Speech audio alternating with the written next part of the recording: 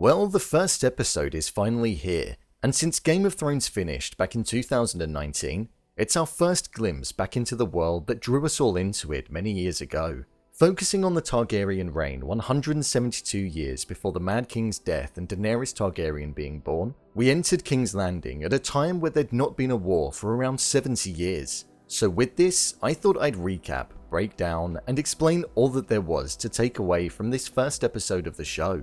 So let's get into it. Here is House of the Dragon Episode 1, Ending Explained. Just to let you know, this video will contain spoilers.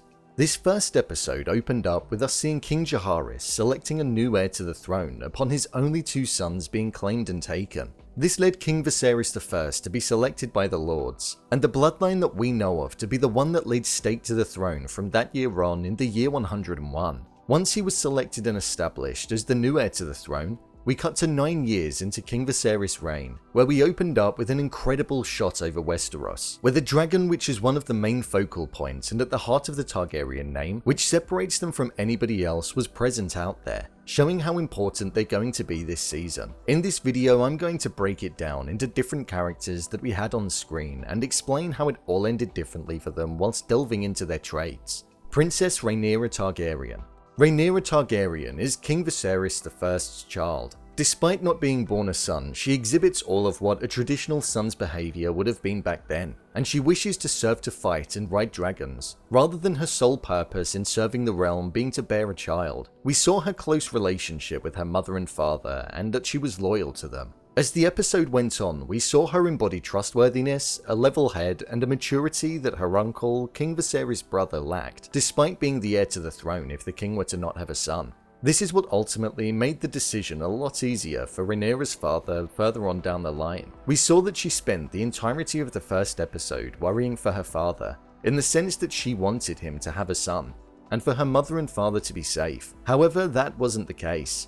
During the tournament that we saw take place, we saw the seed sown for a potential love interest on the cards throughout the season. So Criston Cole asked for her favour, and you could see the interest on both sides. So I imagine this is something that will come into fruition as the season goes on. Although I did get the sense that Alicent is another love interest too. In the closing moments of the episode, after her mother was taken during childbirth, and her brother, who sadly passed after only living for a few hours, we saw the mindset change in the character. And you could see this just by the newfound tone, posture, look, and maturity that she held. This was then when we had a scene that was almost like what we saw in the opening section of the season, where we saw her being sworn in as an heir, and we had all of the houses arriving and swearing to be faithful to her. I'm feeling that we're going to see this character really come into her own in the coming episodes, as the power that she'll look to hold will become ever so present in her mind.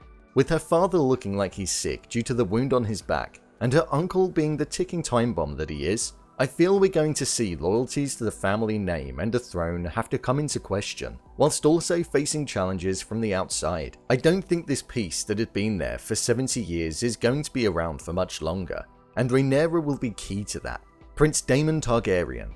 This was a character that I really enjoyed watching this episode, and Matt Smith did an outstanding job at playing the character, the uncle that almost holds bitterness over the fact that he's not the king.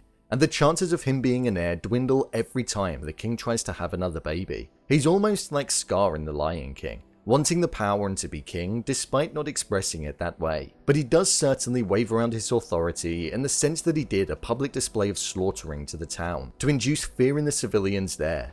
And he was also holding a party in honor of the king's son who only survived a few hours, calling him the heir for a day, showing disrespect to the king, his brother, and the lack of loyalty that he holds. We witnessed him battling in the tournament, which was merged with the scene of the queen giving birth to the son that passed, and it was extremely hard to watch, but I feel the connection was key. We saw the king made a decision to try an alternative method of birth, but it meant the chances of his wife being killed were high. This was intertwined with the jousting tournament. We saw Daemon winning throughout the most part during the childbirth, especially when the queen was struggling, which to me symbolized how he's stronger and that he'll remain the heir. However, when the decision was made to try the alternative method to birth, and the chances of the child being born were higher, we saw him struggling a lot throughout it. This was whilst the boy was born and survived, which to me showed the struggle that he has, and the fact that the chances of him sitting on the Iron Throne were dwindling. But he was spared by Criston, which showed that despite at the time the newborn son had survived, It meant that things were going to go in his favor in the future. Daemon is a hot-headed, short-fused character that has the ability to cause problems not only in the realm, but throughout the kingdom if he were to sit on the Iron Throne. There's already upset with his presence and lack of respect that he showed for authority, and this is what ultimately led him to being banished at the end of the first episode. He was sent to Runestone with his wife. We've seen Runestone in the original Game of Thrones series in Season 5 and Season 6 of the show. However, I don't know if he'll definitely be heading there, due to the fact that he was taking a dragon with him, and I don't buy that he would listen to his brother.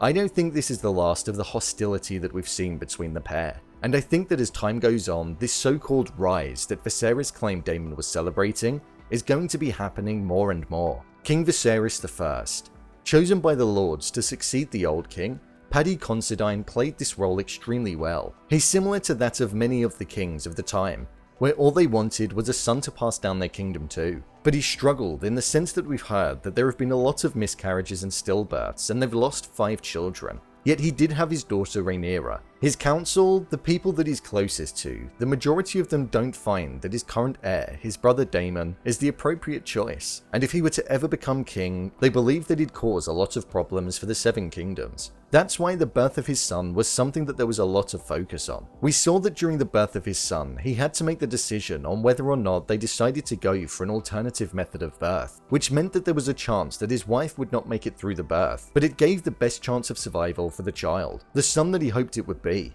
We saw that he chose to go down this route, which showed his priorities and the yearning for a boy, but it was a cursed route to take in the sense that he lost his wife and the child only survived for a day, taking everything away from him, meaning he was now without a male heir, his wife was no longer with him, and his family was destroyed.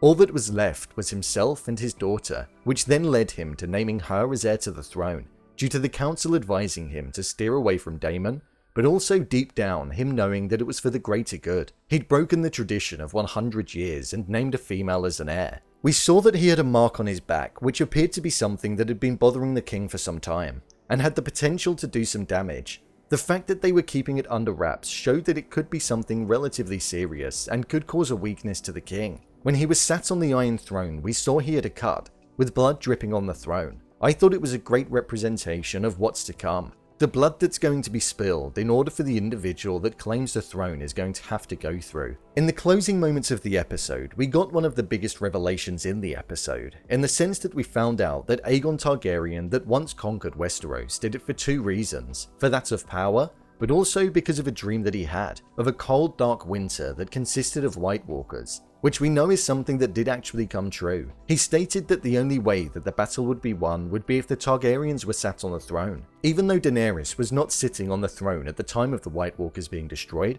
it was an interesting inclusion in the show for sure. One character that I think we'll see a lot of in the show, and one that most certainly has an underlying plan, is Otto Hightower. As the father of Elysian and the hand to the king, he strikes me as a Littlefinger type of character, scheming, filled with plans, and has alternative motives. We saw this when he sent his daughter in to comfort the king just after he lost his wife and his son. Otto may be looking to propel his daughter's path, and by looking to strike up an interest between the pair, despite being significantly younger, this could allow him to propel his status in turn, and lead an offspring of his descent to eventually be sat on the Iron Throne. It's an interesting plan and not 100% confirmed, but I don't see what other motives there would be.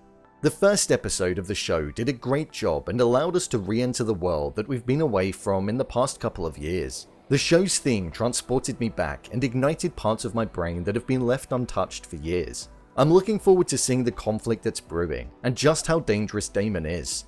A civil war is certainly going to be on the cards, and this peace that they spoke of being ever so present is surely about to be disrupted. I can't wait to see what happens next week. So, there you have it, House of the Dragon Episode 1 Ending Explained. If you want to see more videos such as Endings Explained, theories and predictions, and character breakdowns, then click on the I button, or alternatively you can head over to my channel where you'll find them all. If you want to give me a show or movie that you'd like me to review, then head over to my Twitter, @BrainPilot_, and tweet me what show or movie you'd like me to review next. And finally, if you'd like to see what I rate the latest movies that don't quite make the cut to getting a dedicated video, then head over to my Letterboxd profile.